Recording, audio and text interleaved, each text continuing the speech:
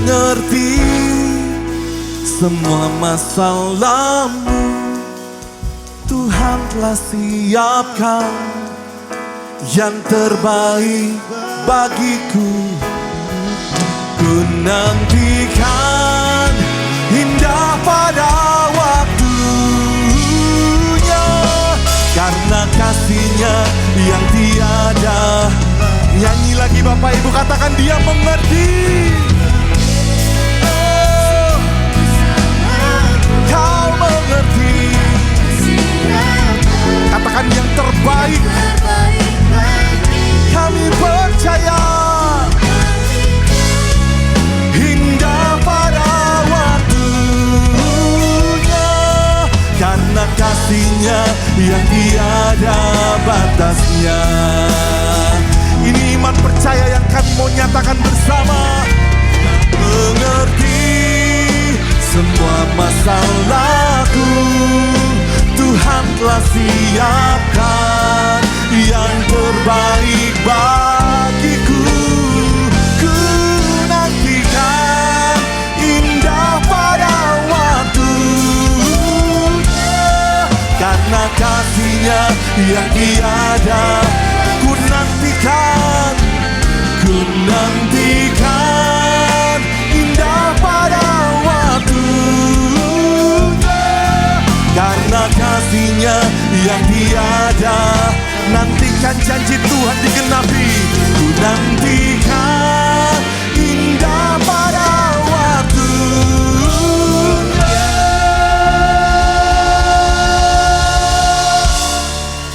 karena kasih-Nya yang tiada batasnya. Tuhan, kami mengerti bahwa kasih-Mu tiada batasnya untuk kami. Kasih-Mu panjang, terlalu lebar, terlalu dalam untuk kami ukur Tuhan. Dan kami percaya kasih inilah yang melayakkan kami untuk hari ini melayani Engkau Tuhan. Kami percaya juga bahwa firman Tuhan yang akan kami dengar akan membuat kualitas persembahan kami kepada Tuhan akan semakin baik di mata Tuhan.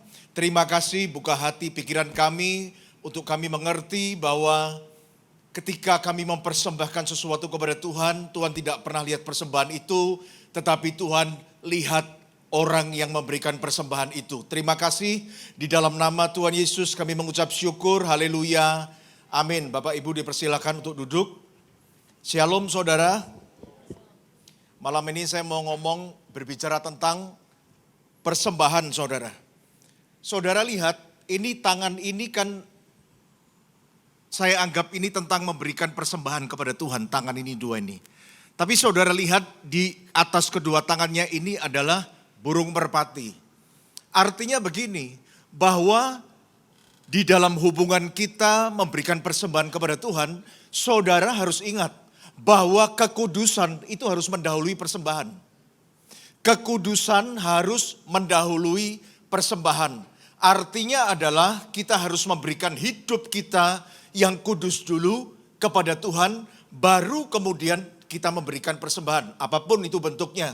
Bisa berupa saudara berikan tenaga untuk melayani, Bapak Ibu berikan uang, berikan waktu, berikan Bapak Ibu nyanyi, memuji, juga itu menyembah, memberikan persembahan kepada Tuhan.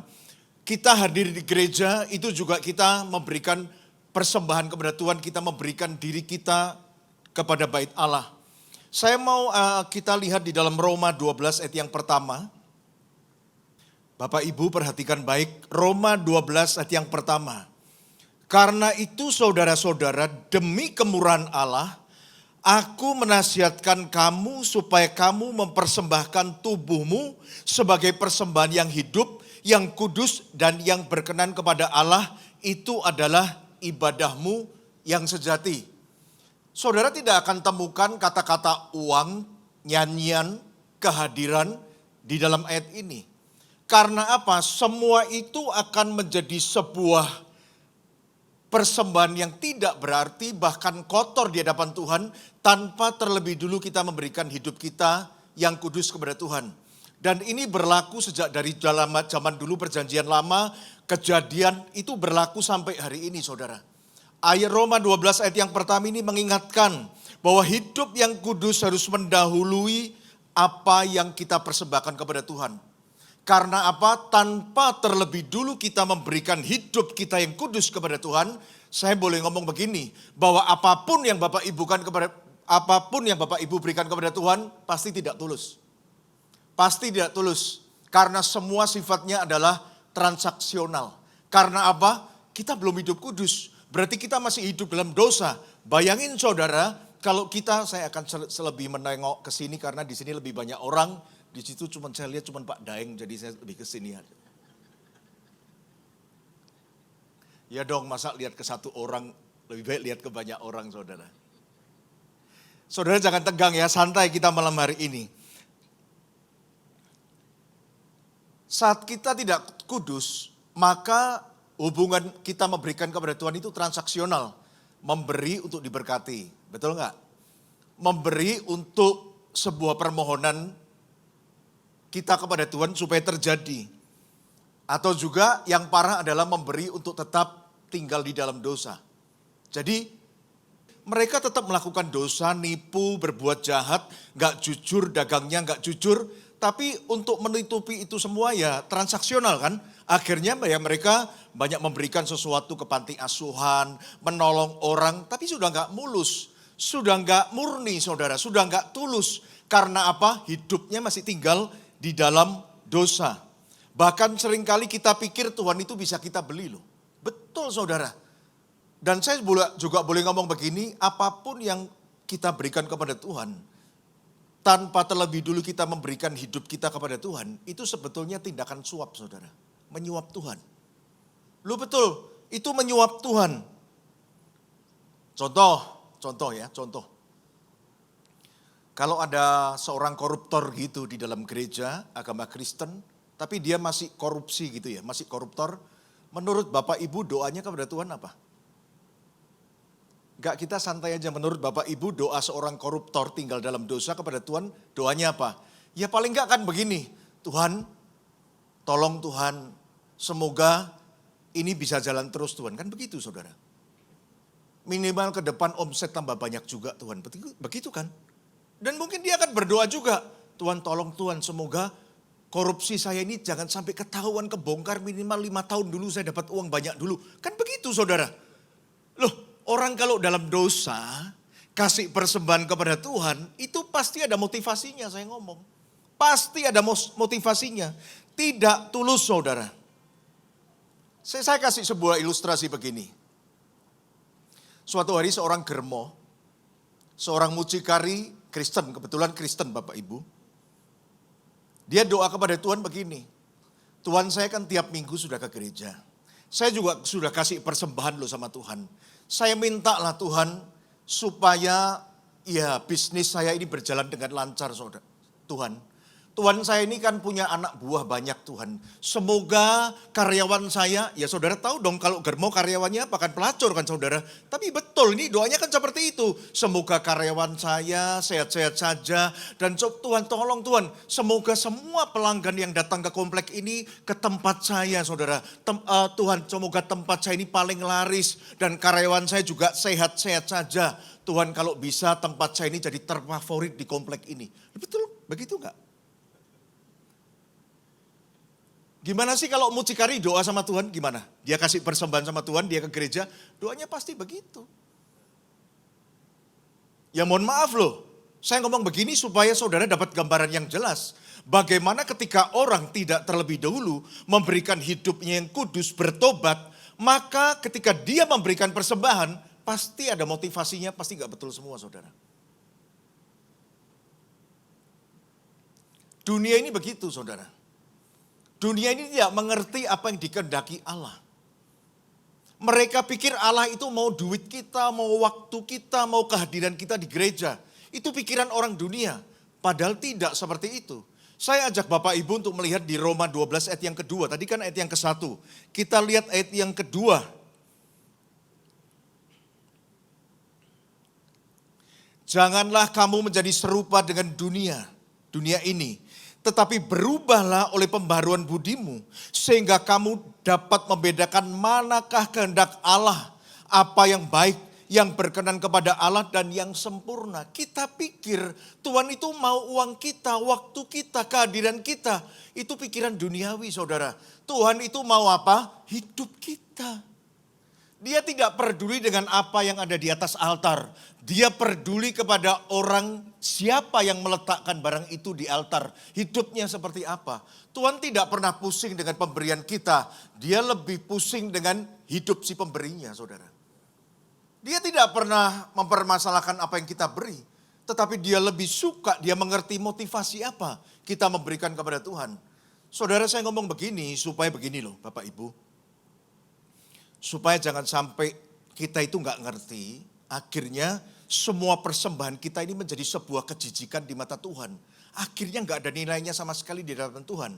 Pada zaman dulu saudara, ibadah Israel itu sangat dibenci oleh Tuhan. Coba Bapak Ibu bayangin, ibadah orang Israel, umat kesayangannya, itu dibenci oleh Tuhan. Bapak Ibu coba buka sebentar di dalam Amos 5 ayat 21 itu perikopnya apa saudara? Saya akan bukakan ayatnya di sini, tapi di sini nggak ada perikopnya. Saudara buka, coba kita tayangkan di dalam Amos 5 ayat 21, nanti pelan-pelan kita pindah sampai ayat 24, di handphone ada itu. Perikopnya apa? Ibadah Israel dibenci oleh Tuhan, betul nggak saudara? Bagaimana mungkin sebuah ibadah dibenci oleh Tuhan? Saya hari ini juga bingung saudara.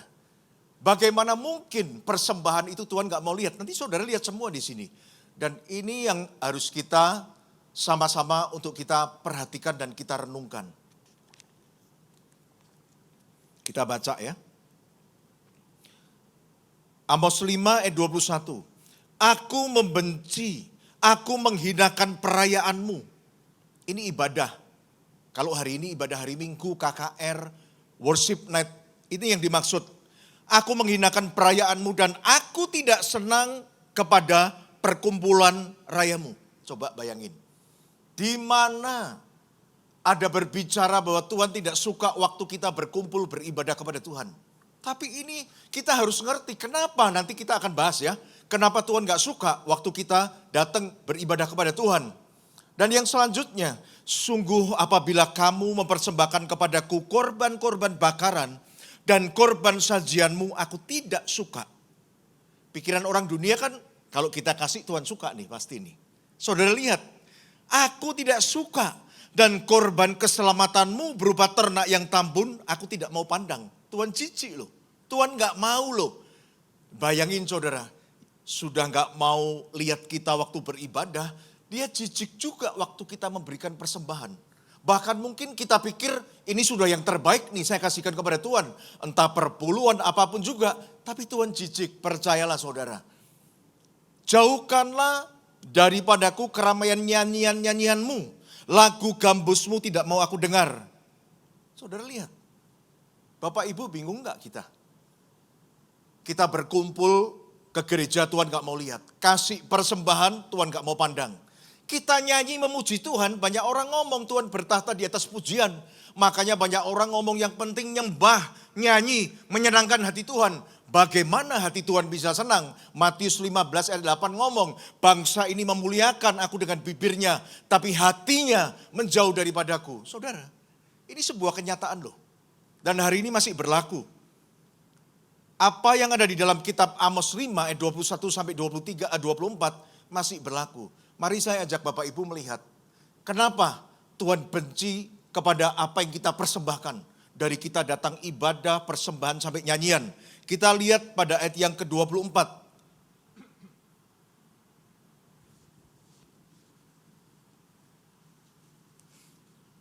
Tetapi biarlah keadilan bergulung-gulung seperti air dan kebenaran seperti sungai yang selalu mengalir.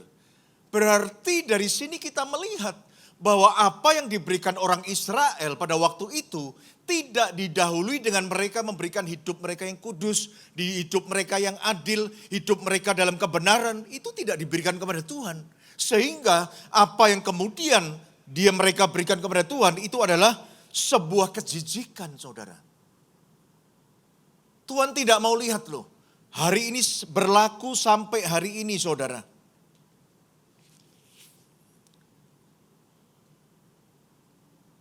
Berarti di sini kita belajar ya Bapak Ibu, tanpa terlebih dulu kita hidup dalam kekudusan, tanpa kita hidup sebagai manusia yang adil, hidup dalam kebenaran, maka hidup seperti itu merusak apa yang kita persembahkan kepada Tuhan menjadi sesuatu bukan dupa yang harum, dupa yang busuk di hadapan Tuhan, saudara.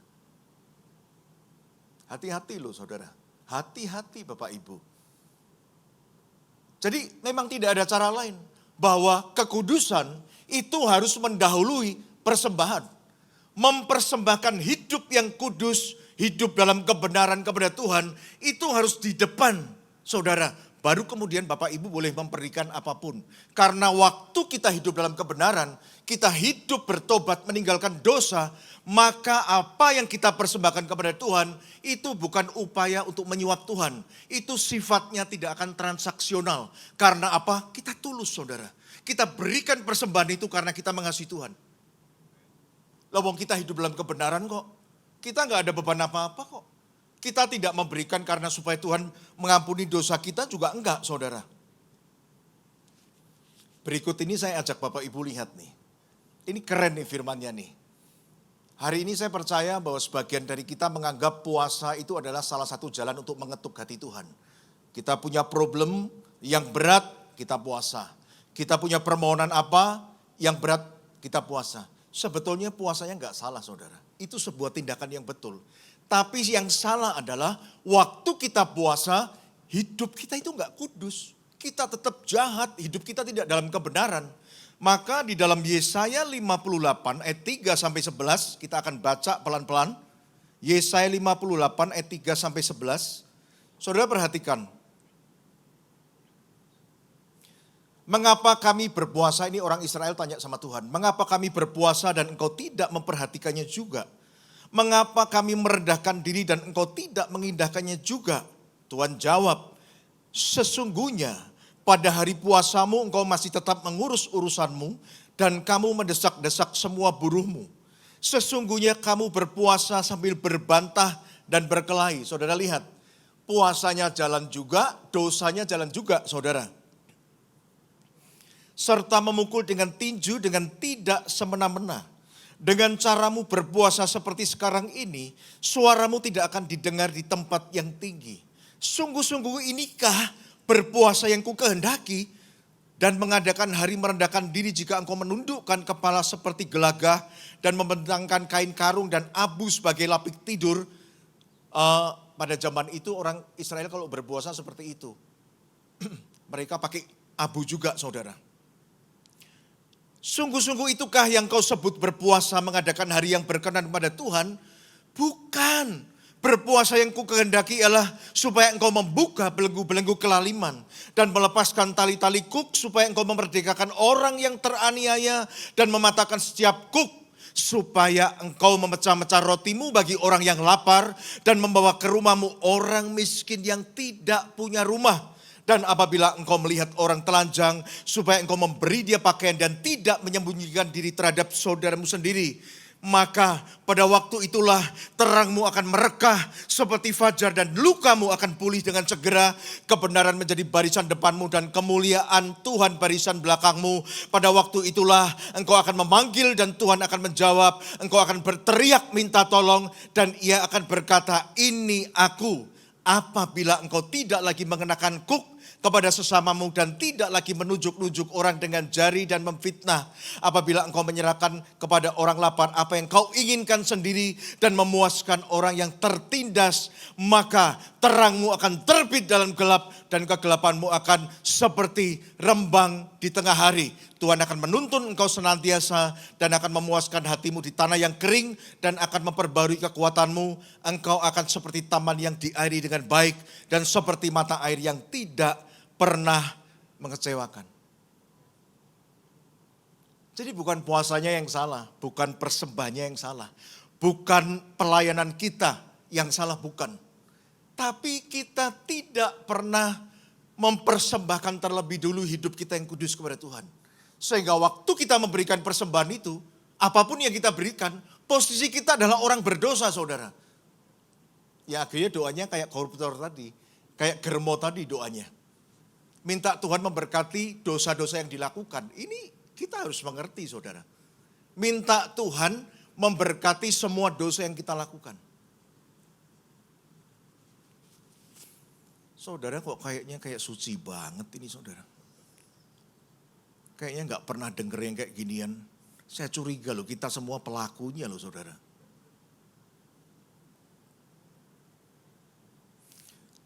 Bapak Ibu, makanya judul ini saya kasih karena apa? Karena ada sebuah urutan yang tidak boleh dibalik saudara. Ketika kita berelasi dengan Tuhan, memberikan persembahan dengan Tuhan, itu ada sebuah urutan yang dari zaman dulu sampai sekarang gak boleh dibalik Bapak Ibu. Urutannya adalah kita dulu, baru persembahannya. Nah, di dalam posisi Tuhan, Tuhan yang pertama lihat kita dulu, baru lihat persembahannya saudara. Dan ini gak boleh dibalik, Tuhan lihat persembahan, baru lihat kita, gak boleh. Saudara, saya akan ajak Bapak Ibu kita melihat sebuah urutan yang jelas di dalam pada waktu kita kejadian, ya. Saya ajak kita melihat dalam Kejadian 4 ayat yang keempat sampai yang kelima. Tolong ditampilkan.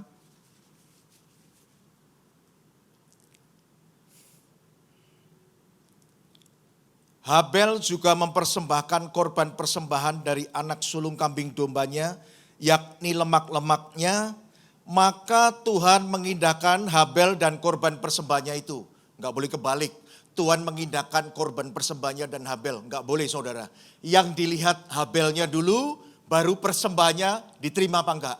Kalau Habelnya tulus, pasti persembahannya diterima. Jangan dibalik saudara. Bapak Ibu. Orangnya dulu, baru persembahannya. Tetapi Kain dan korban persembahannya, saudara lihat lagi. Orangnya dulu, baru persembahannya. Tidak diindahkannya, lalu hati Kain menjadi sangat panas dan mukanya muram. Bapak Ibu, ini harus menjadi satu pemahaman untuk kita. Ada sebuah urutan yang tidak boleh dibalik. Bahwa Tuhan tidak pernah lihat apa yang di atas altar terlebih dulu. Dia selalu lihat orang yang meletakkan barang di atas altar itu terlebih dulu. Itu pasti saudara. Makanya berikan kepada Tuhan hidup kita dulu. Pemberinya harus beres dulu Bapak Ibu. Hidup kita yang memberikan persembahan itu harus beres dulu. Karena dia lihat hati kita. Makanya kalau kita lihat Habel persembahannya diterima, karena Tuhan lihat Habelnya, nanti kita sama-sama lihat. Dan Kain kenapa ditolak? Karena Tuhan lihat Kainnya saudara, lihat pribadinya. Jadi kalau pribadi kita sudah ditolak, semahal apapun yang kita berikan, pokoknya Tuhan gak mau lihat. Tapi kalau pribadi kita sudah diterima sama Tuhan, Bapak Ibu ingat, sesederhana apapun yang kita berikan kepada Tuhan, itu Tuhan menghargainya saudara. Itu Tuhan menghargainya. Saya mau ajak Bapak Ibu lihat kenapa Habel persembahannya diterima. Kita lihat dulu di dalam Ibrani 11 ayat yang keempat.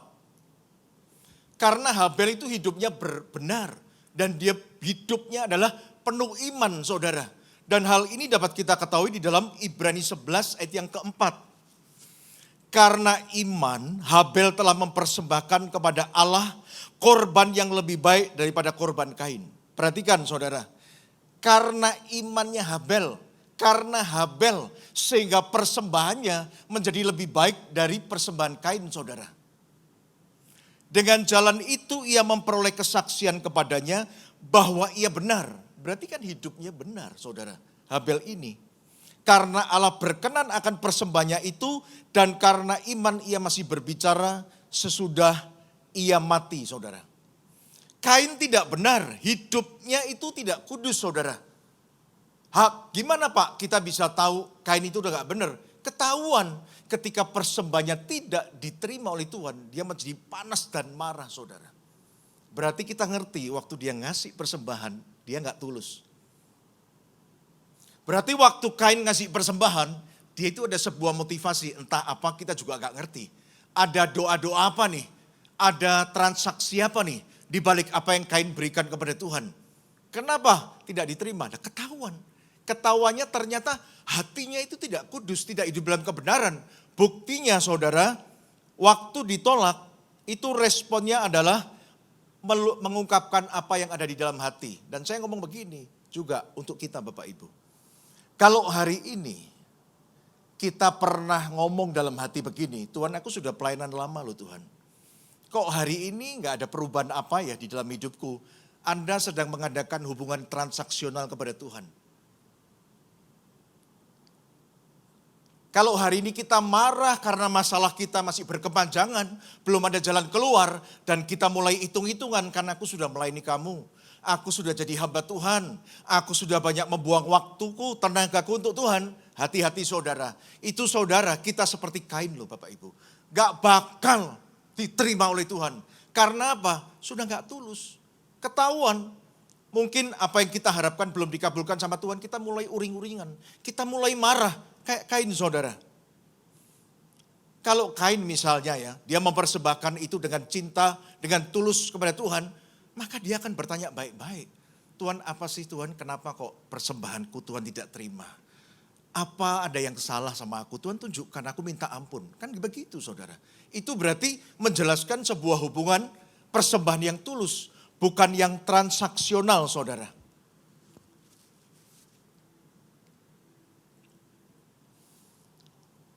Orang dunia selalu berpikir bahwa Tuhan butuh uang kita.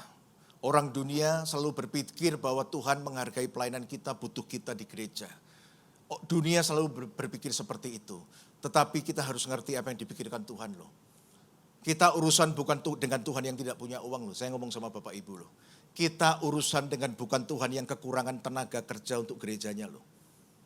Dia tidak mencari semua itu loh. Itu nomor sekian boleh. Yang dia cari adalah hidup orang yang memberikan persembahan itu. Apakah dia sudah terlebih dulu memberikan hidupnya yang kudus sebagai persembahan yang sejati kepada Tuhan. Kalau ya sudah, maka tadi kan saya sudah ngomong, sesederhana apapun yang kita berikan kepada Tuhan, itu menjadi dupa yang harum untuk Tuhan saudara.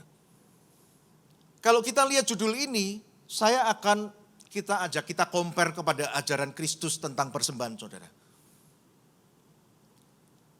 Kekudusan mendahului persembahan, ternyata Tuhan sudah ajarkan di dalam pengajarannya. Matius 5, ya, khotbah dia di bukit, itu adalah pusat dari ajaran Tuhan Yesus Kristus. Kita akan lihat pada ayat 23 dan 24.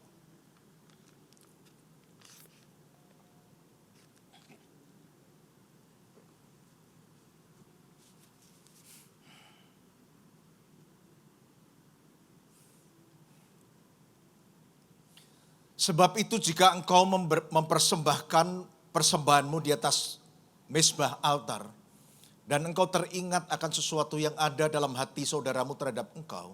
Tuhan ngomong begini pada ayat 24. Saya undang WL, pemain musik, singer untuk maju ke depan. Tinggalkanlah persembahanmu di depan mezbah itu. Persembahan itu penting loh Bapak Ibu. Tapi di hadapan Tuhan ada yang lebih penting lagi untuk dilakukan. Yaitu kita memberikan hidup kita yang kudus dengan cara kita berdamai dan mengampuni orang lain. Tinggalkanlah persembahanmu di depan mezbah itu dan pergilah berdamai dahulu dengan saudaramu. Hidup kudus dulu. Hidup di dalam kebenaran dulu. Lalu, saudara perhatikan, kembali untuk mempersembahkan persembahanmu itu. Saya kan tadi ngomong, persembahan itu penting. Kita ke gereja itu penting saudara. Kita nyanyi untuk Tuhan itu kita penting. Kita melayani Tuhan sangat penting. Tetapi ada yang lebih penting dulu. Yang Tuhan mau kita lakukan. Kita persembahkan hidup kita yang kudus dulu kepada Tuhan. Bapak Ibu saya undang kita bangkit berdiri. WL Singer.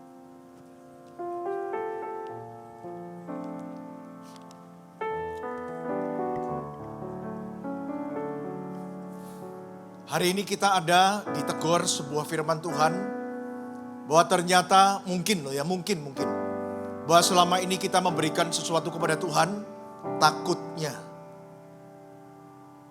malah di hadapan Tuhan itu adalah sebuah kejijikan saudara. Karena apa? Kita tidak hidup kudus dulu. Hari ini kita diingatkan, kekudusan mendahului persembahan. Persembahkanlah hidupmu yang kudus itu kepada Tuhan terlebih dulu. Maka semua apa yang Bapak Ibu berikan kepada Tuhan itu pasti akan tulus. Itu bukan sebuah persembahan yang transaksional. itu bukan sebuah usaha untuk menyuap Tuhan. Bapak Ibu, kalau di dunia sekuler itu ada sebuah tindak kejahatan yaitu money laundering. Pencucian uang, dan di gereja juga sama Bapak Ibu. Sedang ada kegiatan ilegal yang namanya pencucian dosa lewat persembahan.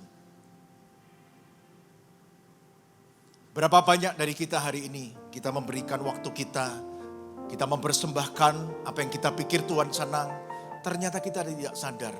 Itu semua adalah usaha kita juga untuk mencuci dosa-dosa kita di hadapan Tuhan. Bahkan, ya tadi seperti mucikari tadi.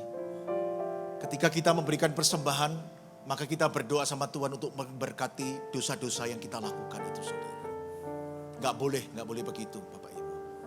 Gak boleh begitu. Hari ini Bapak Ibu tahu harus ada sebuah urutan yang tidak boleh dibalik-balik ketika kita memberikan persembahan kepada Tuhan. Jadi yang terpenting itu orangnya dulu. Nanti yang kedua yang penting baru persembahannya. Orangnya beres dulu, itu menentukan apakah persembahan itu diterima oleh Tuhan atau tidak. Yuk Bapak Ibu, kita sama-sama nyanyikan lagu berikut ini. Janji ya, bareng-bareng nyanyi ya. Lagu persembahan ini kalau nggak salah karya Frankie Siombing ya. Silakan. Ku bawa kepadamu, oh Tuhan. Ayo nyanyi bareng yuk. Persembahanku ini, ku ingin Engkau menerima korban syukurku melalui pujian. Takkan pernah ku bawa selain yang terbaik, yang harum dan sejati di hadapan tatamu. Yesusku, terimalah korban syukurku ini yang mengalir di hatiku sebagai persembahanku. Bapak Ibu coba renungkan baik-baik firman yang kita dengar semua pada malam hari ini. Supaya kita benar-benar pasti. Apakah persembahan yang Bapak Ibu berikan kepada Tuhan itu tulus atau itu adalah uang keamanan. Untuk melegalkan semua kejahatan yang kita lakukan. Hari ini harus kita renungi baik-baik saudara. Ketika hari ini kita memberikan apapun itu bentuknya kepada Tuhan. Apakah itu tindakan suap, kita menyuap Tuhan. Atau bahkan itu adalah tindakan kita sedang mencuci dosa-dosa kita di dalam gereja. Melalui apa yang kita berikan kepada Tuhan. Renungkan baik-baik. Karena tanpa kita memberikan hidup kita terlebih dulu.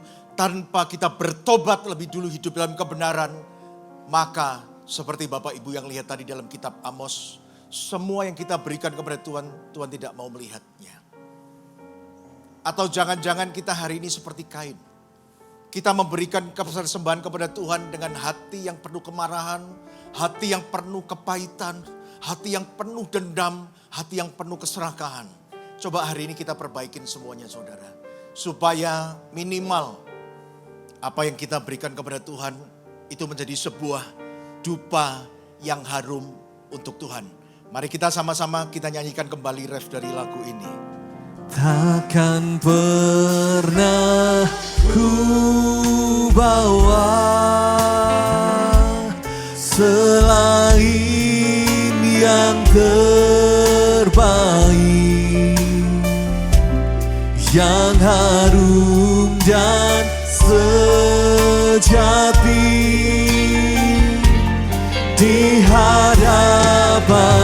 tahtamu. Yesusku, terimalah korban syukurku ini yang mengalir di hatiku sebagai persembahanku yang mengalir di hatiku sebagai persembahan yang mengalir Tuhan, yang mengalir di hatiku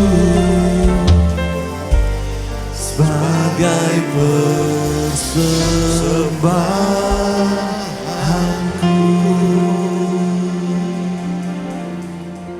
Terima kasih Bapa di surga buat firman-Mu mengingatkan setiap dari kami Tuhan, bagaimana kami harus mempersembahkan tubuh kami Tuhan sebagai persembahan yang hidup, yang kudus, dan yang berkenan kepada Engkau Tuhan. Karena itulah ibadah yang sejati. Tuhan memberkati untuk hamba-Mu, Bapak Pastor Cipto Santoso, untuk kesehatan keluarga, pekerjaan, dan semua pelayanannya Tuhan. Begitu juga untuk setiap jemaat-Mu di tempat ini. Mari kita menerima berkat rahmat anugerah dari Allah Bapa di surga. Kami berdoa untuk gereja-gereja yang ada di seluruh dunia. Bagi para hamba Tuhan sampai kepada semua jemaatnya. Kiranya Tuhan memberkati mereka semua. Supaya mereka menjadi berkat dan berdampak. Sehingga gereja di seluruh dunia dipenuhi oleh jemaat yang mencari Tuhan dengan tulus dan takut. Buat semua hamba Tuhan dan gereja bersatu, rukun dan tidak terpecah-pecah. Supaya dunia percaya Yesus adalah Tuhan bagi kemuliaan Allah Bapa.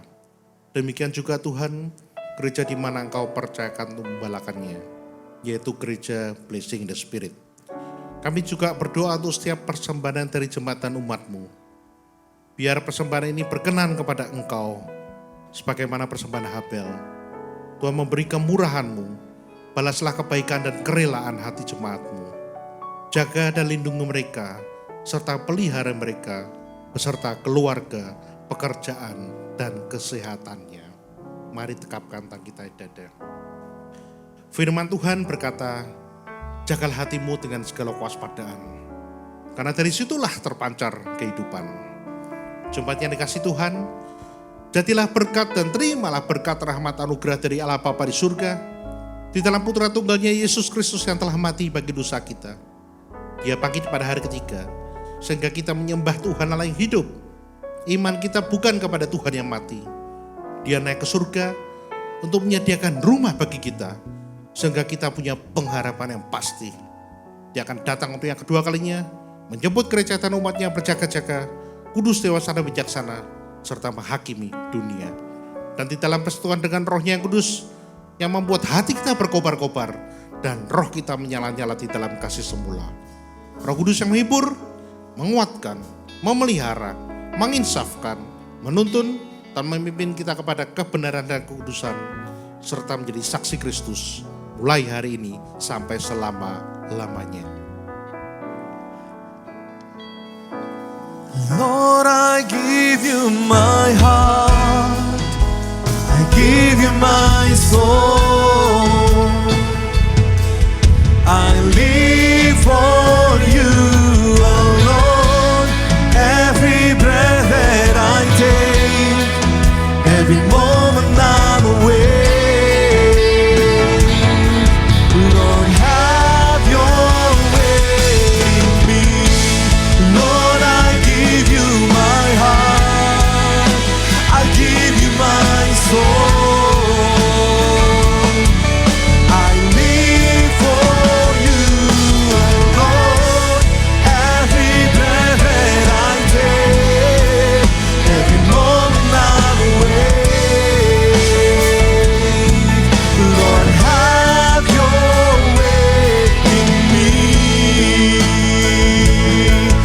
tanganmu tinggi-tinggi Bapak Ibu Saudaraku. Oh, Lord, I give you my heart, I give you my soul,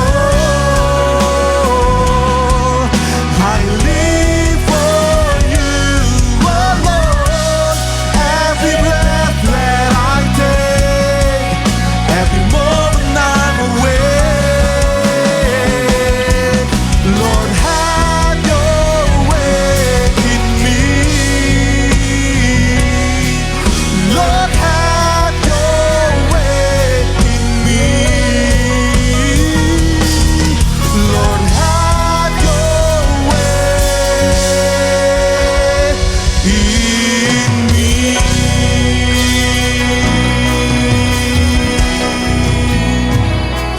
Sama-sama kita tutup ibadah worship night malam hari ini dengan doa Bapa kami. Bapa kami yang ada di surga, dikuduskanlah namamu, datanglah kerajaanmu, jadilah kehendakmu di bumi seperti di surga. Berikanlah kami pada hari ini makanan kami yang secukupnya, dan ampunilah kami akan kesalahan kami, seperti kami juga mengampuni orang yang bersalah kepada kami. Dan janganlah membawa kami ke dalam pencobaan, tetapi lepaskanlah kami daripada yang jahat. Karena Engkaulah yang mempunyai kerajaan dan kuasa dan kemuliaan sampai selama-lamanya. Amin. Puji nama Tuhan. Selamat malam, Tuhan Yesus memberkati. Selalu ku rindu dekat